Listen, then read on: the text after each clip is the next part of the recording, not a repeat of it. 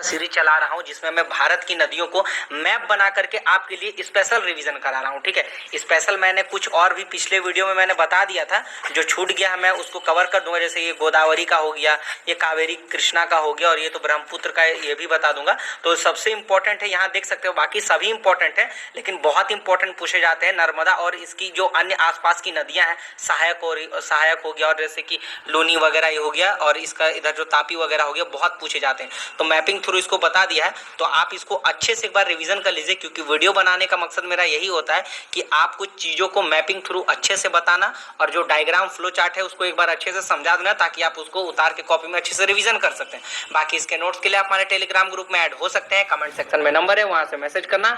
बहुत ही अच्छा बना दिया है, इंडियन ज्योग्राफी का नोट्स वगैरह और भी बहुत सारे, जो पॉलिटी हो गए, इकोनॉमिक्स हो गए, बहुत सारे नोट्स प्रोवाइड करते हैं। तो इसको चलिए अभी स्टार्ट करते हैं। नर्मदा उसकी अन्य प्रमुख नदी को, पहले तो आपको भारत का मैप बना लेना, कुछ कलर्स वगैरह भी रखना जिससे आप ना राज्यों को एक थोड़ा सा अलग कर सको। ठीक है, क्योंकि वो फिर डिफरेंट दिखता है ना, तो अच्छा लगता है कि हाँ भाई इधर से इस नदी इस राज्य से अलग हो रही है ना। तो चलिए पहले भारत के मैप में पहले एमपी को देखते हैं, क्योंकि प्रमुख नर्मदा नदी तो यहीं से बही है।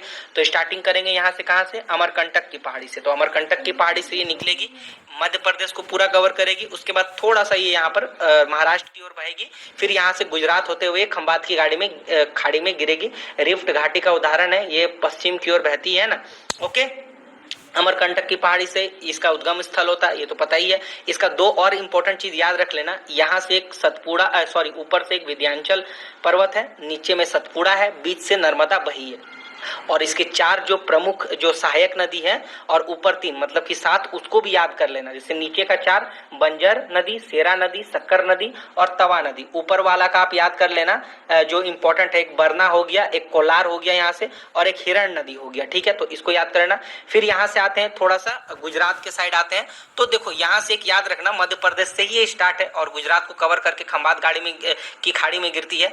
माही नदी को आप याद कर लेना। ठीक है, क्योंकि देखो ये जो है विंध्याचल श्रेणी से निकल करके और कर्क रेखा को देखो ये 2 बार काटती है। ठीक है, मैंने यहाँ पे इसको लिख भी दिया है, राइट। तो आप माही नदी को याद कर लेना, बहुत ज्यादा ये इंपॉर्टेंट है आपके लिए। ठीक है, उसके बाद एक नीचे महाराष्ट्र की तरफ से एक थोड़ा सा याद कर लो, दैट्स कॉल्ड, ये क्या है, ये ताप्ती नदी है। ठीक है, तो ताप्ती नदी भी आप याद कर लेना। ओके, और इसका जो उद्गम स्थल है ये याद रख लेना, ये इधर देखो, इसका उद्गम स्थल बेतुल मुलाई के जो है, ये जो है हिल से निकलता है, जो कि सतपुड़ा का रेंज में आता है। प्रीलिम्स में ना कभी कभी क्वेश्चन पूछे जाते हैं, तो कितना यार रट के याद करोगे, मैपिंग थ्रू याद कर लोगे ना, तो आप, मैं कहता हूं ना, 2 से 3 बार देखोगे ना तो लाइफ टाइम तक ही आपका याद हो जाएगा। और मेंस में तो दरसा आप दोगे ही अच्छे से। ठीक है, गुजरात का थोड़ा सा देख लो कितना अच्छा बनाया है मैंने। ठीक है, तो गुजरात देखो, आप ना राज्य को भी देखो अलग कर पा रहे हैं। ठीक है, तो गुजरात में याद रखना है कि इंपॉर्टेंट नदी जो इधर से आई है, एक आपका साबरमती याद रख लेना। ठीक है, क्योंकि बहुत इंपॉर्टेंट सिटीज इसमें जो है बसे हुए हैं। फिर इसकी एक सहायक नदी याद रख लेना, भोगवा नदी, क्योंकि ये पूछा भी गया था किसी पीसीएस में और शायद यूपीएससी में, मैं रिकॉल नहीं कर पा रहा हूं, लेकिन पूछा गया था। ठीक है, तो देखो मैं ये जितना भी नदी बता रहा हूं ना, ये सब इंपॉर्टेंट है। बाकी यार नदियां तो बहुत से, लेकिन बहुत ही सेलेक्टिव और इंपॉर्टेंट रिवर्स को पढ़ना पड़ेगा जो आपके एग्जाम में आ पाए। ठीक है, क्योंकि आपको कहीं ना कहीं बहुत अच्छा परफॉर्म करना है रिवीजन के साथ भी, है ना।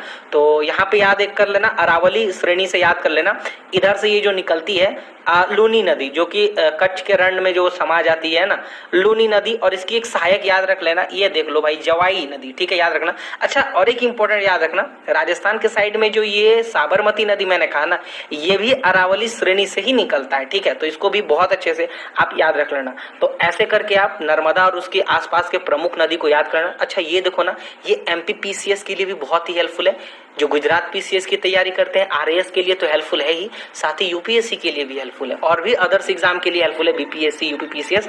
तो वीडियो पसंद आती है तो लाइक कर देना। बाकी नेक्स्ट वीडियो में कोशिश करूंगा, ये आपका ब्रह्मपुत्र नदी हो गया और कावेरी नदी हो गया और ये कृष्णा, और भी बहुत सारा मैंने मैपिंग नोट्स तो बना ही दिया है। तो यार टेलीग्राम में आप ऐड हो जाना।